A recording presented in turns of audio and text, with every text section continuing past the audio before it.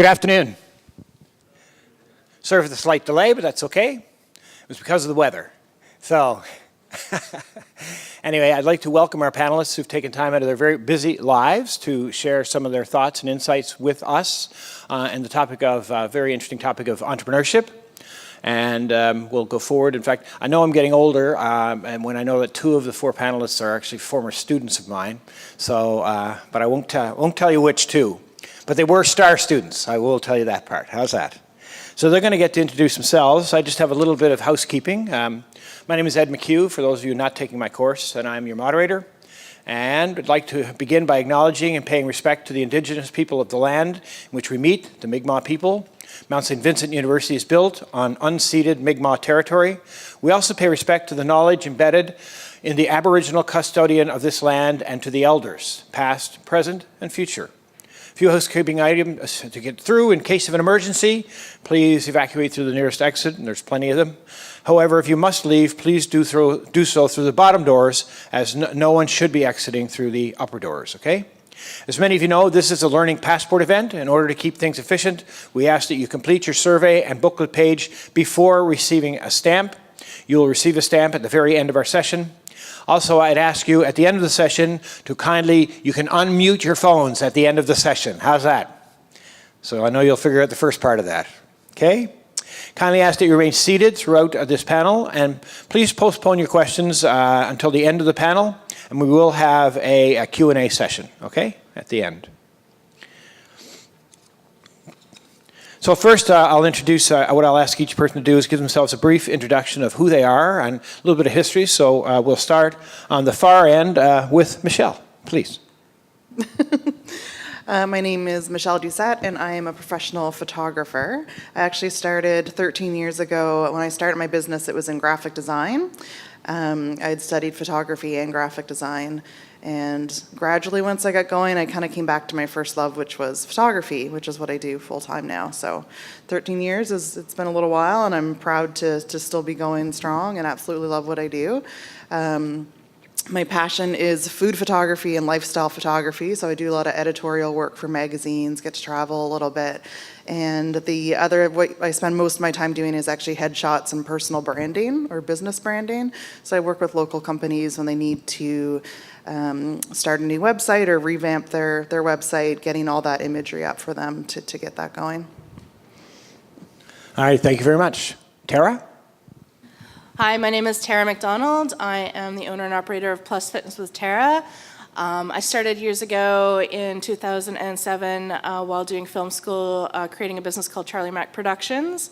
Ran that until 2013, switched over in 2014 to a personal training fitness club. I'm a plus-size personal trainer, yoga instructor, fitness instructor, and CPCC coach. And right now we're working on a retreat coming up and doing other things with partners I found in the health and fitness industry and creating more movement for more people with more abilities.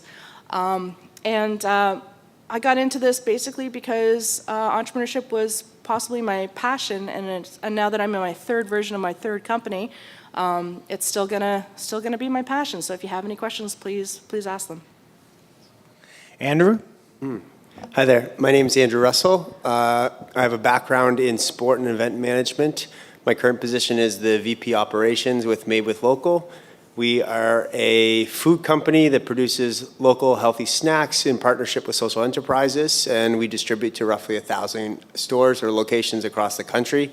I started there just 4 months ago. My wife is the founder, so we have a really fun and exciting dynamic between home and business. And in a prior life, I was involved heavily in sport, and I ran a company with the Olympic movement called FanFit. I was an Olympian in 2008 with Team Canada in Beijing with the canoe kayak team. And then I ran FanFit for 3 years, and we were essentially running Canada's Olympic Fitness Challenge across the country. We did a bunch of corporate events as well, so I had a lot of entrepreneurial current with that, and it was really exciting. I transitioned working in sport management with the Atlantic Division Canoe Kayak as the executive director and was leading the World Championships for 2022 before making the shift here. So looking forward to chatting with you guys. Thanks. And taking some of your best ideas. Thank you very much. Karim? My name is Karim George. I'm the CEO and founder for InTouch Communications. InTouch Communications is a marketing agency. We do everything from small branding all the way to a major marketing campaigns. We have around 100 and 120 clients across the country. I started this business right here in Halifax 7 years ago. We do have 8 full-time employees. And we, as I mentioned, we manage a lot of businesses, different industries. We work with airports, we work with taxi, and we do have a lot of business with the tourism and hospitality industry here in Nova Scotia in general. Thank you very much. No problem. All right, question number 1. It's a two-parter, so and you can decide what order you want to go in, but what was your motivation for starting your business? So why did you choose to start the business you did? And what significant challenges did you face when you embarked upon this, and how did you deal with them? So we'll start on the end again. We'll go same order again for this one. Yeah. We'll go in order. So I studied photography first, then I studied graphic design because that is where you can get a job. So then I got a job in graphic design at an ad agency. And after a year of going home crying every day, I decided that was not the space I wanted to be in. It's a lot of pressure. It's a lot of long hours that you don't get paid extra for. And I just decided all that extra effort that I'm putting into my work, I wanted it to benefit me. And so I ended up starting my own business. Can you repeat, what was the question again? Yeah. No, there you go. What was your motivation for starting a business? Oh yeah, so that was definitely the motivation. And once I, figured out how to work for myself, that was it. I'm never working for someone else ever again, other than having obviously the clients that I work with. And what were the biggest challenges? Just learning it all. So I was lucky I was able, because I found a way to get laid off from the job that I didn't want to be at anymore. And so I could do the self-employment benefits program, which is now through SEED. It was through DAL at that time. So I had the opportunity to learn all these business skills. You have a full 10 months to kind of learn all of that as you're building your business. I already had a few clients to begin with, and so it just was a natural flow for me to do that. But there's a lot, you just don't know what you don't know until you start learning. So just talking to as many people as you possibly can. I talked to other designers that had started their own business. There's just so much you need to learn in the beginning. All right. Okay, well, in 2006, I graduated from the Mount with a business marketing and management degree, and I went out to Alberta, skipped convocation, and worked in the boom out there at the time in different sales and marketing positions, and then finally got my dream job at an oil company called Husky Oil, and 2 days later found out my dad had passed. So it took about 9 months, but I came back to Nova Scotia. He had left me some seed money, and I started film training so that I would keep busy and get through the grieving process, and I never worked for another person again. One of the challenges of doing that is that the film industry in Nova Scotia is extremely small, but we have a lot of qualified and talented people, but the government was starting to make noises about reducing the film tax credit, which meant that introducing companies from LA, New York, and even other European countries was going to be hard to come to Nova Scotia if there was no incentive for their production team to get a tax benefit from the government for doing so, so they just would go to places that offered the tax benefit instead. We did a lot of short film and video work for websites and entrepreneurs. I started networking. Networking was a great way to meet other people and to keep motivating and keep going, but I soon realized that it was not going to be sustainable. And after working with some great people, we decided to let go of the business, and I did coach training instead. And I did that in Boston and came back and started the Personal Training Fitness Club and enjoyed it for a long time. But the challenge with working your own business as an entrepreneur that I learned to kind of get over was relying on myself for everything. So after 4.5 years and getting some health concerns, I had to switch my motivation and my focus to myself and try something different. But I still loved the fitness industry, and have stayed in it and do coaching and do training and working on my MBA right now in entrepreneurship management with the Australian Institute of Business at the same time through distance learning. So It's been an interesting road, but I have learned that once you find the market that you want to be in, that you want to work in as an entrepreneur, you will do everything to stay in it and come up with new ideas to do that and work with partners. I may never work for another person, but I definitely work with other personal trainers and fitness instructors to create something new each year. All right, so I guess I can speak both from my past experience in sport and kind of businesses around that, but maybe also speak kind of through the lens of my wife with her business that I jumped into. So I guess my biggest excitement around entrepreneurship and diving in and creating a business was I wanted to find a way that kind of intersected my ambition to grow something that was for me, that was an opportunity to both kind of create your own path and destiny and also create opportunities where there's opportunity for not like a really tightened growth, but really to just give her and see what happened. You know, that's what I wanted, limitless possibilities, right? And so in the sports space, that was really exciting. It was really exciting to pitch new ideas, and I just really fell in love with the idea of being able to create. So being able to find these problems and just create a solution. And it started actually, I think it might have even been in one of Mr. McHugh's classes, but I was speaking to some of my fellow classmates that were from other countries that weren't familiar with the Olympic movement as much, and they're asking, well, what does your routine look like? What does this look like? And then I started thinking, well, that could be an event. I had done a lot of event management before, and that's kind of how things took off.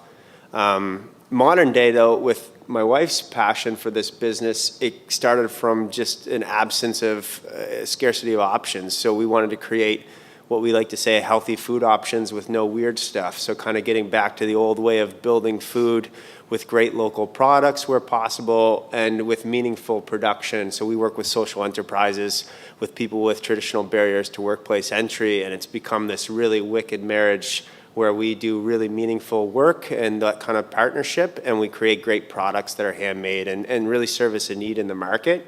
And she just fell in love with that also, that creating path, but she was making, you know, what I like to think is delicious food opportunities for people to enjoy that just weren't there. So it was an absence in the market that created her to build it. And I think some of the biggest challenges is really, for us, it's scaling up and making sure that we're not compromising our values and kind of our true value proposition that we've promised the market. So we've promised that we're going to build fantastic products with no compromise in terms of those social enterprises and the quality ingredients. And as you scale, there's opportunities at every door to kind of shortcut and do different things. So for us, it's kind of staying on the North Star of making sure we have really awesome processes and stuff we really believe in so that in the market we can pitch it 100% and people can kind of believe in that brand promise, and but also trying to scale to meet demand, right? So that's kind of the juggle that we find ourselves in often, and sometimes it can keep you up at night, but it's also exciting. What was the questions again? Yeah, there you go. What was your motivation for starting your business? Why did you choose to start what you did? And what were your significant challenges? Sure. Yep. So my motivation, basically, all my background, I'm originally from Egypt. I moved to Canada 10 years ago, and all my background was corporate banking. I've been dealing all my entire life with business owner, opening new businesses or trying to expand their businesses. So I've seen a lot of different cases. I've seen very, very successful guys. I've seen crazy ideas, went to, bankruptcy. But what's actually motivate me is the successful business owners that I was doing their banking. It was very inspiring for me to see them growing and starting from scratch and build million dollars companies. That was my motivation. And when I moved here to Canada, I joined Scotiabank for the first 3 years, and then I said, you know what? No, this is not really what I want to do. I didn't change anything. All what I changed is the name of the bank that I was working for. So an idea came to me that, maybe I can start my marketing business. I don't really have a marketing background, but I do have a business background. So I was able to create some sort of need for small, medium-sized businesses. They are looking for marketing services, started here in Halifax. and started from my basement, just a few accounts. We manage, at this point, we manage close to 40 accounts on social media day to day, all the way from airports to medium-sized companies, all the hospitality, all the hotels and the resorts in Nova Scotia. That's our accounts. It's actually very, very enjoyable journey to see the success and the growing. I will give entire credit to my team because without them, I don't think I can be right here talking to you guys. Significant challenge. I think if you're running your business, regardless if it's a small shop or big corporate, there is a challenge every day. There is no nice days every day. Every day we're dealing with challenge. And this challenge could be from all the way from, HR issues, finance, clients, customer service, legal. For example, for our service, because we're very, very custom, we do a lot of things custom. And every time when we have a deal or we have a potential client, we have to go back to our lawyers and put together a contract to protect us. So the challenge with any business is to keep the business going. There is a challenge every day. But from immigration perspective, as an immigrant, to open a new business in different country, that's another big challenge. I think I was super lucky to decide to have my business here in Nova Scotia. All what I found, to be honest with you, it's just an open arm from the business community. I just don't want to mention any organizations, but one of the organizations that helps me a lot is Halifax Chamber of Commerce. I do remember 7 years ago, I attended the first dinner, award dinner, and they were celebrating the Business Leader of the Year for 2013. And for 2020, a few weeks ago, I was the Business Leader of the Year. So my advice to you, since we're talking about the Halifax Chamber of Commerce, there is a student membership that you can apply, and it's very, very affordable. That will get you through the business community. They have a lot of free events. They have a lot of free networking events. I think this is something that you guys should consider. What is the most, satisfying thing was having my own business, as I get to pick what I want to do. I got to pick my clients. I got to pick my team. I got to pick actually what kind of projects, what we need to do. And I got also to pick my volunteering time. I got to pick the charities and the giving back. I said, you know what? I think this organization is doing a great job to the community. I would like to help them. So, the freedom. I think this is the best way to describe it is you got to pick, but I am telling you, until today, I am working minimum 16, 17 hours a day. Being an entrepreneur is not 9-to-5 job. It's not. I was talking right now about this because today I had few interviews, and today in this event and other events coming up after this right away. I had to be in my office this morning at 4 a.m. I left at home at 3:30. I went to MacDonald's, brought my coffee, brought my breakfast, and I was sitting on my desk working at 4 a.m. because I know that there is 4 or 5 hours today is going to be non-related work. So it's not 8 to 5 or 9 to 5. It's something that it's a lifestyle. It's going to be your lifestyle moving forward. Yeah. All right. Thank you very much, Karim. His son is still upset last night because if you heard, the Toronto Raptors had one of their best comebacks ever last night in the last 3 minutes, and his son fell asleep for the last 3 minutes. So, and actually, Karim, you would not know this, but Mount St. Vincent, through the leadership of Peter Mumbercat, who's the chair, all of these students, because they go here and take business, are members of the Halifax Chamber of Commerce. It's the only business school actually that in Halifax that does that. So this is a great advantage, and I think you should there is at least one or two events free. You go, you get connected with the business community, business owners, and I think this is a fantastic advantage for you guys. Yeah. If I could Yeah, go ahead. Is that right? Yeah. Also, when they do major announcements around funding or big businesses that are coming in, there's often the Halifax Chamber will put a call out and invite people. These are great opportunities where there's virtually no students there, but one or two will always stand out because they've got an opportunity to have a free pass at basically all these major business brokers in the city. So if you want an opportunity to get in front of people, it's a really great free avenue to do that. And people like talking to students, honestly. I did it when I was studying. Yeah, absolutely. So since we're talking about the Halifax Chamber of Commerce, made with local, it was they got the gold small business of the year this year. Yeah. Congratulations, very good. Well done. All right. What do you find most satisfying about entrepreneurship, and what do you find most dissatisfying? We'll just stick with the same order every time. It makes it easier. The most satisfying aspect for me is definitely the people, the chance to build really strong relationships in my community and a chance to contribute to my community in a really meaningful way.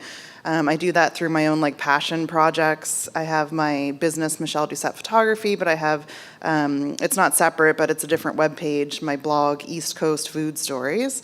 I'm really passionate about local business. I want to make sure I'm supporting local business and particularly food. So I've, had the opportunity to work with Andrew's business and Made with Local and doing some photographs with his wife for the Curated magazine, and that stuff I absolutely love doing. We get to hang out in the valley for a couple hours, learn more about their business, how they're supporting other local businesses. I'm just absolutely passionate about that, and I love that I can share those stories, use my talents to share those stories. So if I could just do that full time all day, every day, that's the most satisfying part of the business. The dissatisfying part can be, it's that, despite working with all these great people, it can also be really lonely. So often I'm just working at home editing for days on end. And because I work independently, I have second shooters once in a while, but I'm mostly on my own. That can leave you to do all your problem solving on your own. So you really do need to build that community around you. And talking about the Chamber of Commerce, I really believe in networking, and it really has made my business what it is today. So just literally me coming and sharing these stories with you, I'm also sitting and chatting with these guys, and that's all networking, meeting new friends, making new connections. That's probably the biggest thing that I would love to share with you guys, how important that is. I think one of the most satisfying things, besides meeting new people and learning more, is also the community that's out there for plus-size personal trainers and fitness instructors, because it's global and it's very easy to reach people on social media and get chatting and do Zoom calls and just throw around ideas. So people definitely is one of the great things. I think one of the harder things, though, is managing my time, because often I will do the 4 a.m. to 9 p.m. at night, and then pass out for another 24 hours. But the cool thing about that is I have the freedom to make my own schedule. So you do have, after a certain amount of time, I have found in my businesses, after the growth stage, the maturity stage, where you get to basically ease off a bit, maybe hire some people, have a good supportive team, have the collaboration of people around you. Often you're doing this alone, yes. Certainly in the beginning as an entrepreneur, family and friends were very discouraging about me getting into the film and video production business. But they had to admit after we won a bunch of awards that it had some validity. But you've got to do it for yourself and not worry about what people say or think about your business, and stay true to your course, the vision that you have as an entrepreneur, the mindset, the leadership, and the challenges and successes you'll come across are really great. The real downside I found is dealing with Canada Revenue Agency. Because believe it or not, they will go after the small guys, the solopreneurs, the one-person jobs. They will come after you if you don't have insurance, if you don't have your taxes done, and if you don't report payroll properly, and if you don't report HST, GST credit properly. Even then, they will still come after and audit you. I've gone through about 5 audits now since 2008 and had everything worked out because I had all my paperwork, but they have up until 7 years to come after you, so you have to have your paperwork for that long, and that really has been the hard part as a solopreneur to kind of address, which is just the amount of paperwork that comes with everything that you do. Awesome. Yeah, I think I touched on it earlier. I think my biggest excitement is just marrying our ambition with creating something and building something, and just the strategy that you can really dream big. You can, put that ambition out there and go after it. And I find that just so exciting, especially if you feel, and I'm sure there's a lot of entrepreneurs in here that you're kind of circling your own business ideas around in your head. It could be a tech-based startup, it could be something in design or art, whatever it is. It's just, there's so many avenues now to connect with the market. We did it at the very start through the farmers markets. That's where we got our start, in very humble beginnings. And so I can tell you straight up that it just, you know what I mean? You don't have to start with a massive storefront to be, on the successful path. So for me, that was the really exciting part, is just dreaming and then seeing the kind of milestones start to tick off and feeling more and more inspired to be that much more bold with what we're trying to do. I think there's lots of dissatisfaction, not in terms of the net weight of it. The balance, I think, has always been better for me on the side of entrepreneurship. But, there's tough decisions you have to make. And sometimes there's relationships that are challenged because you have to make tough calls. And that's hard.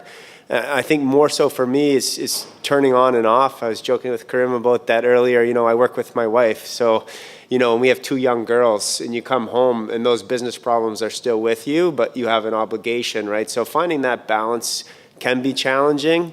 I mean, the time in your life you guys are all at right now, it's open skies and your time is your own. But I find with a 10-month-old and a 5-year-old girl, both of them, I have an obligation, and that's my number one priority before anything else. So just making sure that you're being so efficient with your time to just be on it and get everything you need done, so that when you come home or when you keep up those relationships and that family obligation, that it all kind of settles out, if you will. Yeah.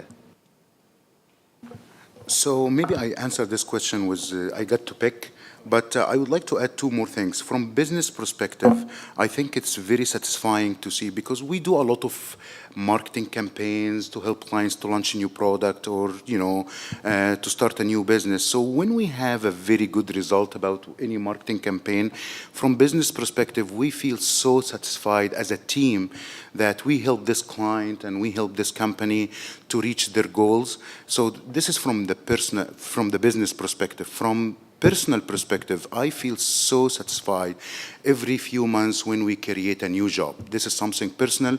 This is something that I committed since I came here, that, creating job in our lovely province is one of my personal goals, actually. And I feel so satisfied when we create new jobs in our business. All right, I'm going to broaden the next question a little tiny bit because it might not quite fit, but it might. But anyway, I'm going to say, the question as it's written here is, can you tell us about the types of jobs that might be available for students considering a career with your company? And that could be a new grad, summer, part-time, or co-op. But also, I'm going to, beyond that, if you can speak to that or not, but also, if you were a young student looking at where would you look and poke to look around for jobs these days? Where do you think you might find some rich, fertile soil if you're looking ahead in terms of your career? That's a good question. I mostly work independently, so I don't hire people. I hire second shooters once in a while to come work with me. I do have a good relationship with the NSCC. And so in the spring, I usually have an intern with me for a little while, like 6 weeks or something like that. So then they come on full time. They're shadowing me. They're helping me with my photo shoots. I'm teaching them about pricing and quoting and contracts and all that fun stuff. So they get that chance to kind of shadow me for a little while. And I think that's a good experience. It comes back to people. When I first started out, I just sort of made a wish list of people that I looked up to, people that I thought I could learn something from, and you just got to be bold enough to ask them for their time. And I always say yes to students because there was people that said yes to me at that time, and I just found that so valuable. Ask them out for a coffee, just sit down, have a half an hour conversation. Just putting that word out there, letting people know that this is what I do, this is what I want to do, here's some examples of what I do. So taking on those personal projects, I didn't wait for the perfect client to come to me. I shot the kinds of jobs that I wanted to be hired for, and I put those out as examples. And a lot of those really great projects came through collaborating with other people. So if there's a chef I'm really inspired by, I'll totally reach out to them and ask them to collaborate. So they're putting in the time, I'm putting in the time, we're both getting something out of it, and then you've got that work to show. Someone else is going to see it and be like, that's the kind of work I want for my company. So that's how I went about it. So I think one of the best resources that you can do is definitely start networking, and that can also be in person, like at Leading Ladies or Metro Business Association, Halifax Chamber of Commerce, even some of the smaller networking groups. There are some private ones in town that are invite only. But one of the things that's great right now is if you follow companies and you know your own avatar, and that would be your own way to market yourself, what your personal interests are, what you're good at. Are you good at communication? Are you good at organization? Do you have the right skills for marketing, or is there something else you want to do, like photography? You know, is there something else that you're good at that you want to explore?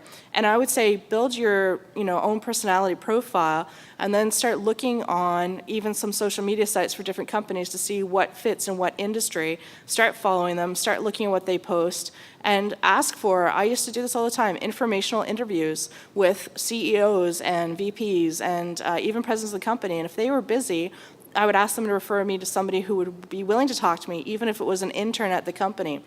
In 1998 to 2001, I worked in Toronto at a publishing house. It eventually went out of business, but I got the job through an internship after doing one course at Ryerson University to basically do a publishing certificate. And because I was a hard worker and had basic admin skills, they hired me. And then they realized I could do sales and marketing, and they realized they could train me for that. And that's why I came back to the Mount and did marketing and management, because I wanted to learn how to do a business that did not go out of business, and that would actually support the community around me and people and create economy. Entrepreneurs are the drive for economic growth in Canada, and certainly female entrepreneurs and solopreneurs are helping with that growth, especially in the age group of 35 to 44 and 50, because women are finding after taking care of households that they have ideas and they want to sit down and do something about them and create that second income for their family household.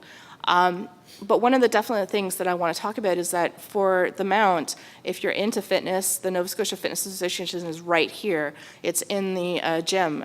If you are interested in doing courses for fitness, there is CanFit Pro. A lot of these courses are disregarded by kinesiology students, but they're still a valid way for you to take a course, see if it's what you want to do at minimal cost, and then go from there. And people are ready to talk to you and ready to share information. So just start pitching people with informational interview requests and say, I'm working on this. I would like to know more about your business. Would you meet with me? And you'd be surprised. People, especially in Nova Scotia, will say yes and will support you. Yeah, I think I would agree with the first two comments a lot. Maybe I'll just touch on some maybe very specifics. I think that there will always be a need for organizational wizardry within any type of business. If you have a way to basically integrate softwares for a company nowadays via automation with a Zapier or Automate.io, anything like that, if you have that kind of skill set, you are in demand. If you can code, you're in demand for sure.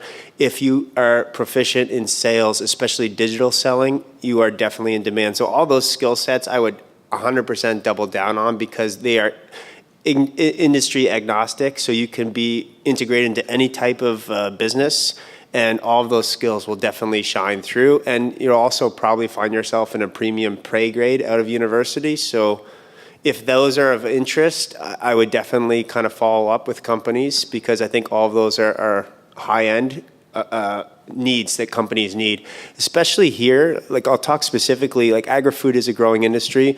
Ocean tech is a huge business industry and also a major focus of the federal government in Atlantic Canada, but specifically Halifax. We're one of the super clusters, if you're familiar with that. So there's a $200 million federal investment over time within Halifax and Atlantic Canada in ocean technology and ocean-related industries.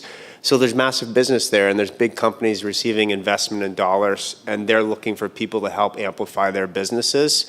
I'd also look at Volta and other technology hubs. There's lots of new businesses. Anybody familiar with Wattpad, for example? So speaking of publishing, Wattpad is globally the biggest software business that's solving for producing fiction out into the world, connecting authors with the public. Wattpad's setting up an office in Halifax. They're a huge business. They're one of the biggest growing tech businesses in Canada, and they're like a darling of Canada. So, and they're setting up in Halifax. So there's big space in tech, and almost every industry is looking for sales. So if you are interested in selling, which I think is an incredible skill set, it's developing relationships, it's getting out and meeting people, and it's being able to contribute ROI to this area and to your business and really showing your value, like dollars to your name, right? So if you can do any of those things and have interest in there, and you can help amplify a business, I think those are like your sweet spots, and you can kind of start to gauge through the informational interviews, that kind of stuff, on maybe if there's an alignment with the business where they're missing some of those skill sets you can present. Yeah, I think you need to identify exactly your skill set, and you need to find a happy place. You need to have some sort of good vibe, or not good vibe. Let me phrase this right. I think you need to find place that you're happy to go every day in the morning. For sure, at some point you need to find some jobs in the early beginnings to pay your bills. But once you pass this, you need to find a space that you're enjoying working there. You have to follow the trend. What's the trend going on? And the trend right now is super fast. Super fast. And you know what's been happening in the last 2 or 3 years probably is not going to happen in the next 6 months. But tech is something that it's booming. I think everybody is now moving to digital. A lot of business are suffering with competition. We do a lot of business with retail, clothing wear retail, and they have a major fight with the online business, for example. So I think the tech and the skill set for the tech, and keep yourself updated with the trend. What's going on right now? Which area that I want to focus on? One of the things, and I think there is 2 today, I'm not really sure who added me on LinkedIn, but from this group, I think. But LinkedIn is something that you need to highlight yourself. Make sure you have a good profile. You make sure that you add people that you don't know. This is not really a Facebook community for personal stuff. This is for your professional. So my advice to you is today, when you go home, make sure you have appropriate LinkedIn account. Add as many people that you want, people that you don't really know, people that you would like to see them or meet with them.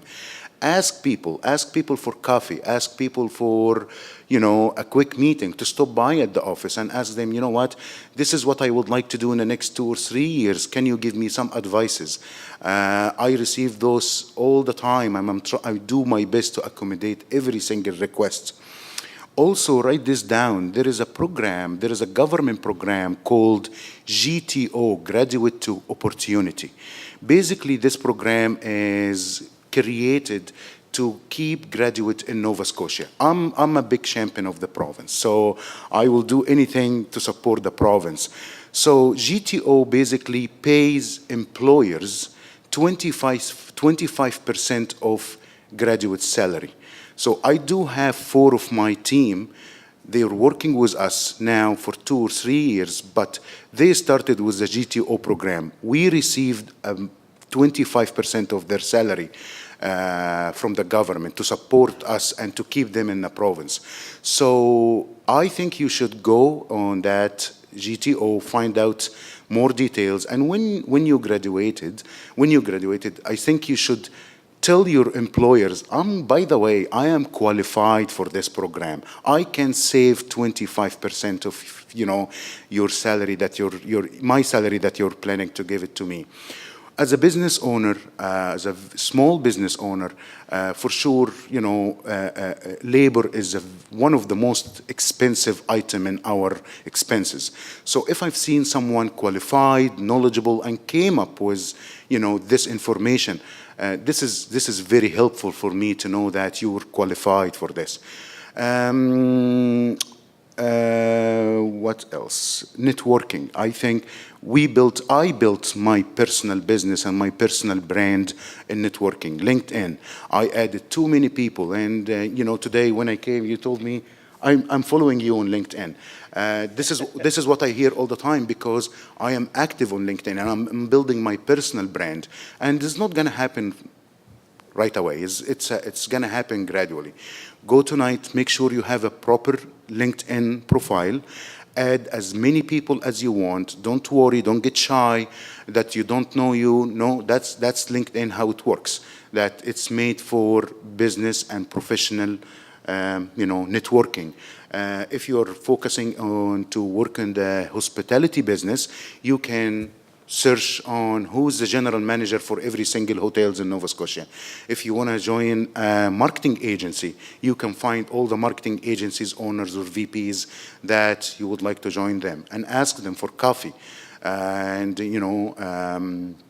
If you need to have an advice from someone has nothing to do with your vision or your plan, but you know that this person can give me good advice, feel free to add them.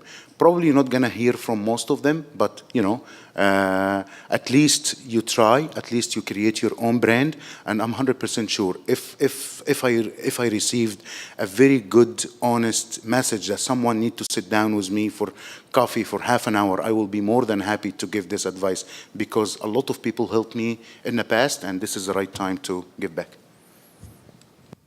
Thank you very much. All right. Growth's an interesting thing. So as you've gone through periods of growth, how have you handled it? That's a great question. That one I got stuck on a little bit. I take time every year to reflect, to look forward and to also reflect. My business really changes every year, so I find that I'm needing to adapt. Looking back at the year before, what were my revenue streams, which ones were most successful, which ones did I enjoy, which ones do I want to push forward, which ones do I want to get rid of, and if I want to get rid of it, what do I replace it with? I'm grateful that I had the opportunity to photograph weddings for 10 years because it was a great income that kept me going while I built up other parts of my business. I'm equally grateful to give that up at this point after 10 years of shooting weddings because I planned ahead. I replaced it with the food photography, and so something else came in and replaced that. So year to year, I'm just adapting. Any direction I decide I want to move in, you go back to education. So I do a lot of online courses. If there's something I want to learn, I'll find that person locally. I'll pay people to teach me what I need to know. I like doing one-on-one learning, so I find that really valuable. And you just got to keep up with that. Like anything to do with technology, you got to keep up with it and make sure you know what's going on. So just that adaptation year to year. I found with the personal training fitness club, when I started out, I knew a lot about coaching, a lot about business, but not a lot about the actual fitness instructing or personal training, yoga, all kinds of stuff, nutrition. So I hired people who knew more than I did. And it worked, and we grew. And then I also, when we grew even more into a new space, I basically hired a manager and became the leader. So I learned that the manager could do all kinds of management duties that I no longer had to do, and that I could envision where the company was going in the future. So one of the best things that I ever did was work with and hire people who knew more about a subject than I did and were passionate about it, and we had the same mindset. Yeah, and we're in a period of growth right now, so I can speak to today. Our biggest thing, we try and follow roughly a 3-year model. It revolves around OKRs, and you can actually do this on a personal level too. So we begin mission vision, then we chart out 3 years, and we break it down into quarterly projections as well as key performance indicators, and we try and use those to keep up. And then underlying, we have a methodology where we're trying to put systems in place that we never exceed 80% of our capacity. So we think that there's a tipping point around 80%, and we're kind of plotting along that arc to make sure that if it's adding team members at critical milestones, or if it's also adding production capacity with our partners that are actually building our food products, we always want to make sure we're operating in that sweet spot, so we're using enough of our capacity that we're not essentially losing money on what's there and what we're paying for, but we're also not breaking the machine that we're trying to support, right? So it's finding that happy medium as you go along. On a personal side, which might be relevant, and Karim talked about it beautifully, investing in your own personal brand is really important. And it's almost like in terms of advertising sales, if you think about it in that kind of methodology, as soon as you let it get stagnant, it's all of a sudden it'll just go cold on you. And even if you're investing in these relationships and reaching out, eventually you may catch a windfall when you're least expecting it. It seems like when it rains, it pours. It's the same thing in sales and distribution opportunities for us. So constantly just be investing. One of my mentors kind of considers it, family, relationships, personal, professional. So you have these 4 boxes, and that kind of makes up your own personal identity. And you want to just invest in each of those to just keep fulfilling yourself and be able to feel energized in all those areas. And sometimes when you come out of whack, you might have to visit. So for me, if it's not enough family time, I'd have to go invest in that area, right? Just to bring that back up and align everything. So essentially, like kind of bringing it all around, I just think it's investing in the systems that you think are going to give you a positive return and making sure that they're not going to break on you and that they're kind of foolproof. And every once in a while you need to scrap and reinvent, but that's part of the journey.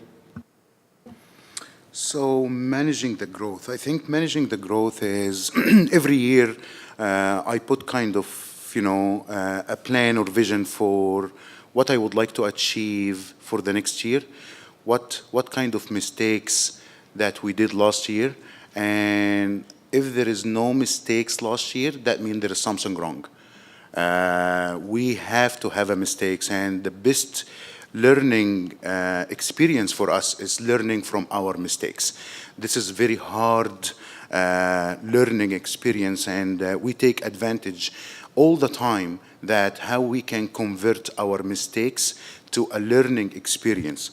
One of the things also is I do this personally and with my team who works with me is education. We need to educate ourselves all the time what's going on in our industry. And from the business perspective is, there is a lot of courses, how can I run my business properly. One of the things also that probably it takes time for me to understand it first is relying on experts. So, for example, I used to do all my HR. I used to create all my employees' contract. I used to create all my business contracts. I used to do all my accounting. I used to do all my payroll. When we grow, I think at this point you have to rely on the people that they know this stuff better than you. I know how to run the business. I know how to do marketing. I know how to sell the marketing services. But I'm not a lawyer. I'm not an accountant. And I am not HR person.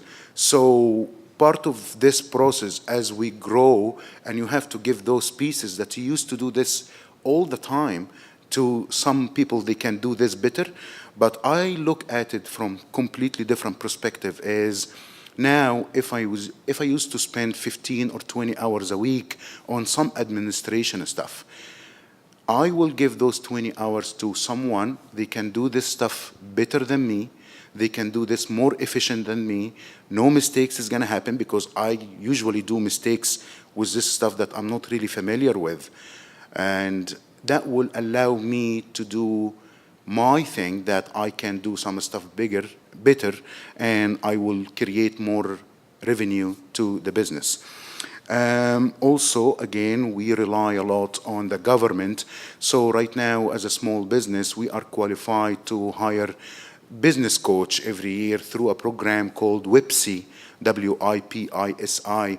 So this is the money, basically, the government give us money to pay coaches on business consulting to sit down and review the entire thing. And what I do all the time is every year I hire different consultant, specialize in different area in the business so I can get this. And I slow down sometimes. Sometimes I have to slow down when we grow. A lot of people say, oh, we're growing. We need to hire more people. We need to do this. I usually, when I see spike in the business, I slow down. and said, okay, now we have 5 contracts, new contracts. Okay, time to think how we will execute those contracts. So too many things, it's going to come with the experience, and gradually you will learn this. But I think it's learning all the time is one of the most important things. Keep learning every day, every day. Thank you very much. Excellent. I'm going to combine 2 questions here, okay? Just what attributes do you think anyone who's going to start their own business, okay? What attributes do you think a person should have? And certainly, what would be your advice, which is linked to this question, what would be your advice to these students who might be thinking about starting their own business? So first off, what attributes makes small business successful? And then basically, what attributes do you think would you tell these students that they would be good things to think about for their own business? Sure. 2 words that pop into my mind first are perseverance and persistence. And just learning, one of the things that stuck in my head that somebody taught me from the very beginning was, for every yes that you're going to get, you're probably going to get 9 no's before it, and you just got to get comfortable with that. And so once I learned that these challenges that come up, or I'm putting out all these quotes, or I'm trying to book these jobs, and someone says no, and if you just get stuck on that and let that sit in your head, and it keeps you from doing other work, then that's what's going to slow you down. So I just got comfortable with, like, talking about mistakes, learning from mistakes. It's totally going to happen. If you can take some time to learn from it, you're not going to do it again. You'll move on the next time. So just that persistence, it's like, yep, totally messed that up, moving on, learned from it, moving on to the next thing. All those no's get you closer to the next yes. And so anyone who's successful will tell you that their success is a series of failures. So I think that's one of the most important things that I learned early on, and I stick with it. Like, I keep that in mind. So persistence and perseverance.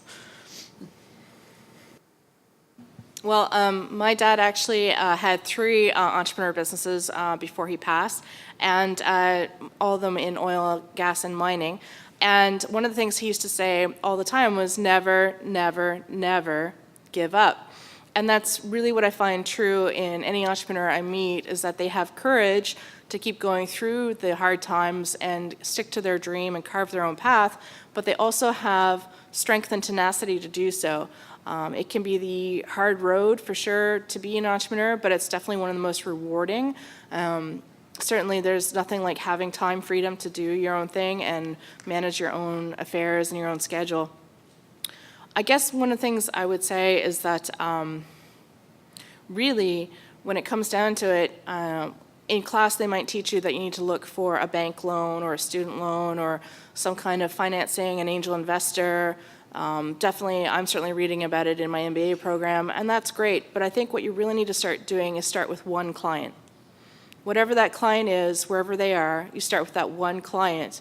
And you build a portfolio over time. You build of clients who want to work with you, want to be around you, are attracted to you, to your avatar, to what you're doing, and will be your own network. Because once they are happy with the job you've done, word of mouth will spread, and they will start telling their friends, "Oh, wow, Michelle did this great, food blog on, my latest invention, and now I'm being featured in, Culinary in Nova Scotia, or now Taste of Nova Scotia is coming and knocking on my door, or all Nova Scotia, and suddenly there's this momentum."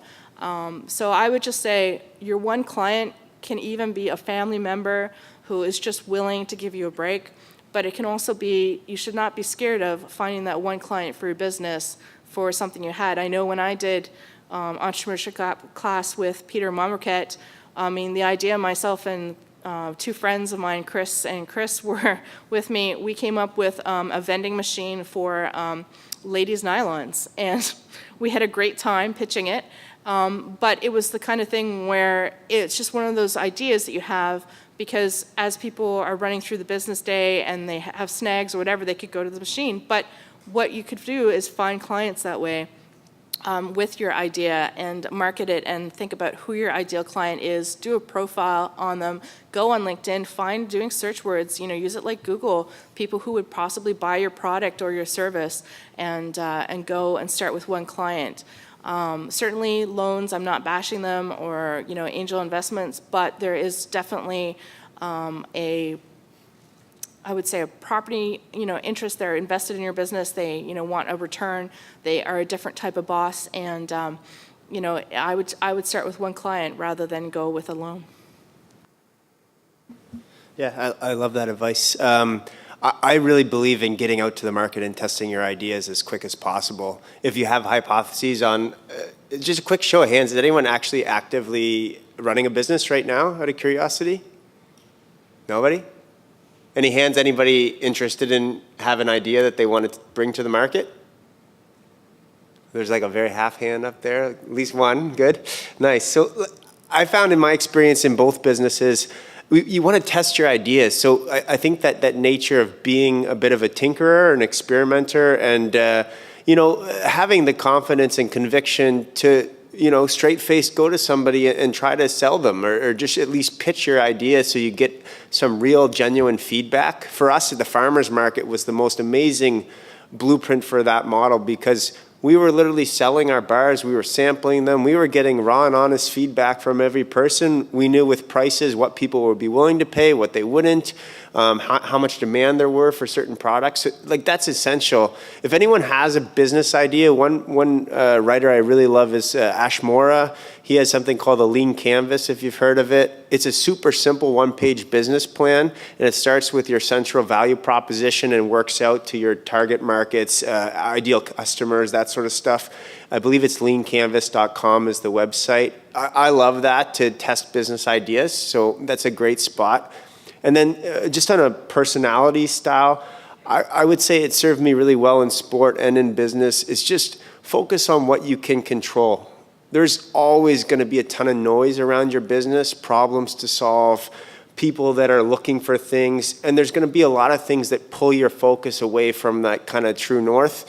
So just try and focus on the things you can control and the things that will help you get to kind of where those key milestones and goals are and that place you're hoping to go, and just kind of stick with that and control what you can. And then it's not your problem what other people think of your idea, unless, that's your problem, right? You solve that and you work with your customers. Your one true customer becomes two, right? And just kind of build with that traction.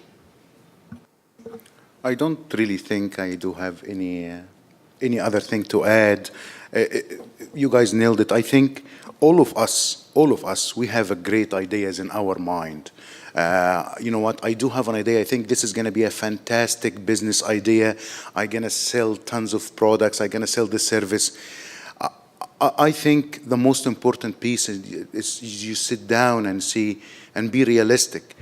There is any market for this service? There is any market for this product? How can I market this?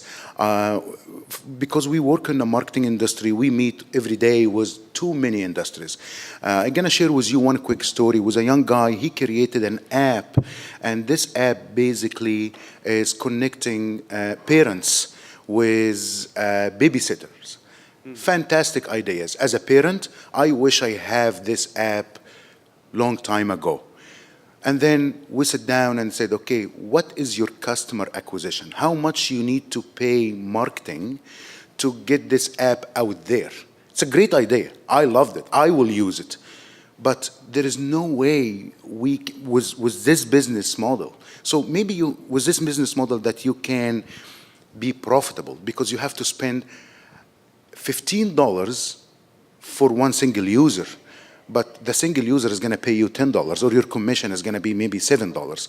So I think you need to be realistic. Yes, you do have a good business idea, but is this going to work? Is there a market for it? So I think you need to spend as much as you can. I think you rather take your time versus to do it very quick, because it's very important to understand. And one of the things I think you guys also mentioned is reduce the cost in the early beginning as much as you can. Don't think about big office. Don't think about big team. You are the only guy. This is your baby.